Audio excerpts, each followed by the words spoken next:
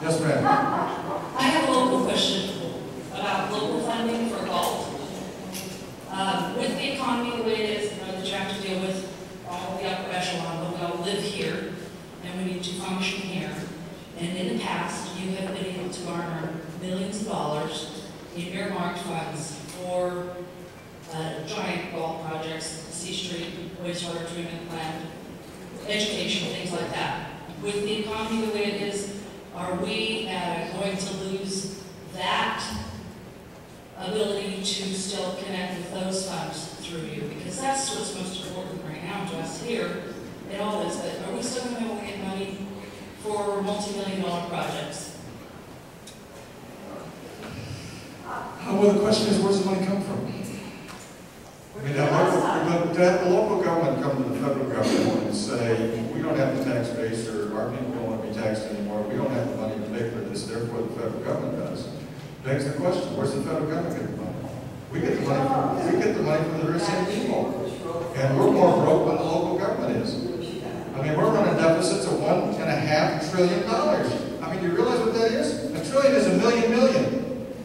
This last year we spent $1,600 or $500 billion more than we have. And you gave 16. So what I would say, I just sent it to your email. You don't have an email.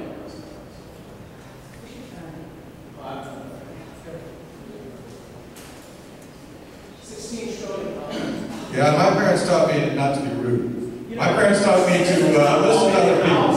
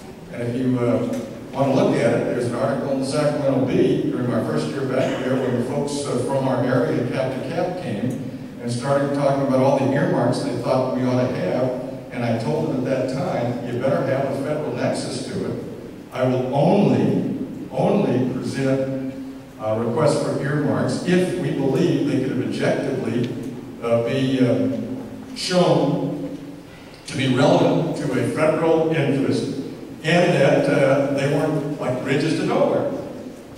So one of the reasons I supported the effort for the water treatment center was that there is a federal standard required for water treatment programs that affected Galt.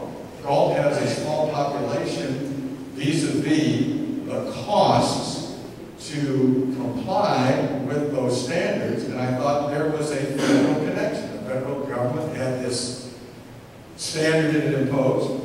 It works with large metropolitan areas because they can spread it on a wide base. But in Galt, we didn't have that. So I made an effort to do that. I also made sure that requests that I made for earmarks were on my website so people could see them. They could look at them. They could see if they were worthy. They could see if we were doing any deals for anybody. And so I then went to my leadership and I said, we have distorted the system. We have to reform earmarks. And I argued for reformation of earmarks. And what eventually happened was that we voted in the Republican conference that we would no longer support earmark. We had a moratorium for a year to try and get reform. The Democrats then came forward and they said they would support an earmark moratorium on anything except governmental entities. And then the Senate said they weren't going to follow with an earmark moratorium, but then ultimately the President came and spoke to us in joint session and said, I will not sign any bill that has an earmark in it. So that's where we are. We need to reform. I also said at the time that what we need to do is to understand that water projects like levees, dams, spillways, etc., where there's been a federal nexus, has been a federal shared responsibility with regional and state and local governments since the 1820s, if not before. I've got copies of reports that came out in the 1800s about projects here in the West, particularly in California. So I said to my leadership, we have to reform the system because right now no water project can be approved unless it is specifically sponsored by a member of Congress, which fits the definition of an earmark, and we have to reform it. I am presently attempting to work with leadership to try and reform it. That has not come to a conclusion yet. But in terms of other kinds of earmarks, I have to tell you, with the President of the United States saying he won't sign a bill that has earmarks in it, and with those of us being pledged to a moratorium, unless we absolutely have a reform of it, the kinds of earmarks that have taken place in the past are probably a thing of the past. Yes, sir. First of all, thank you for the opportunity to come here tonight. I did not vote for you. I respect you as a person in your office. I wish everyone respects everyone here and take your turn. By the way, my name is Sam Jacobs. I'm from Elk Grove. I'm a member of SAC program. It's a voluntary networking group of accomplished and experienced professionals who are unemployed or underemployed. And what we do is we assist others like us through wire interviews. We have resume workshops, and we meet in a supportive environment to help each other out. I have 3 people here from our group: President Whitney Moore. I have Stephanie Stillers, who's in the resume group, and Cynthia Moore, who's chairman of our education group. I have one question and request. Back in the heyday when Ray and Tiffany and Bill Bradley Congress seemed to work together, it seems like there was the art of compromise. I think what a lot of people are looking at is the leaders from both parties to get that job to improve. Now, they may not be perfect. We probably have tweaked. I know Republicans like many aspects of it. Some parts they don't. Many Democrats don't like parts of it. But the question is, why is it taking so long? Can't you guys work together, whatever it takes to get it through, to help the private sector and help out, maybe get firefighters, maybe get some police officers, because right, in some localities all have plenty issues, and we certainly need at least a temporary fusion of some of them. The request is this: our group saves it can be millions of dollars. We don't receive any help from any government agencies. Again, we help thousands of individuals. We attend job fairs, we do resume workshops, and we get people employed. We have no place to meet. We've gone to various hotels, community centers. They all want to charge us money. We think we save the community millions of dollars. Can you help us to find a place that we can meet?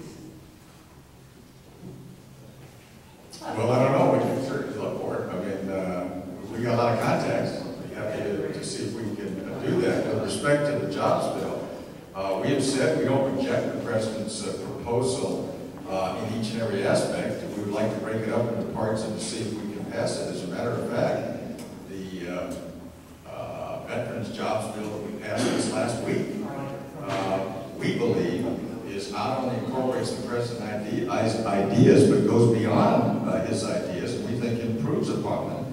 And we have specifically asked him to look at our bill. We don't think it's partisan. As I said, when we got 400 and some odd people to vote for it in the House, that's by definition bipartisan. So I agree with you. When there was a recognition that in the President's health care bill, they had a Section 9206, which imposed a unnecessary obligation on small businesses, I introduced a bill to repeal that section of it. I had bipartisan opposition originally. The Democratic leadership said don't support my bill because it's the first repeal of Obamacare. The Republican leadership said don't support my bill because it was not a total repeal, only a partial repeal. I worked on a bipartisan basis. I had 73 Democratic co-sponsors in the House. I got a passage by an overwhelming margin, and I got it passed in the Senate and went to the President's desk and he signed it. I mean, that's as bipartisan as you can get. I just passed a bill out of my subcommittee, actually my full committee, on Homeland Security, dealing with what's known as chemical facilities anti-terrorism standards called CFATs. I made a real effort to get my Democratic colleagues involved in it. I got a higher percentage of Democrats supporting it coming out of the full committee than the other committee dealing with that issue did. My hope is to get that on the floor and to pass it. A few years ago, when I had the Safe Ports Act, to try and get us in a position where we create far greater security against terrorist attacks for our ports, I went and got a Democratic member of Congress from Southern California, Jane Harman, to be my chief co-sponsor. We passed that, I think, with just a couple of votes against us. I think it was 30 votes for it. Went over to the Senate. I think we got a unanimous vote over there. So that's as bipartisan we get. So in the area of jobs, we have with this vote that we had last week, that's bipartisan. We're looking at other different things. There's a question about they call it a tax holiday for bringing profits that American companies have overseas and bring them back to the United States. Senator Schumer has started to talk about how that seems to be a positive. That looks like something we can work on. So there's a number of different things. However, I must tell you this. The emphasis of the President's program appears to be government spending to stimulate the economy. We don't believe that works. We believe, in terms of regulatory reform and tax reform, which frees up the private sector. Now, that is a true difference in principle, and it is a true difference in what we think works, because the other approach was passed into law and has not worked, and we have the longest period of sustained unemployment above 9% that we've had since the Great Depression. So our feeling is we tried one, it didn't work. At least try ours in terms of the great emphasis, the larger emphasis. And in the meantime, let's see what parts that are not that distinct in principle and see what we can do with this. So we are working on it.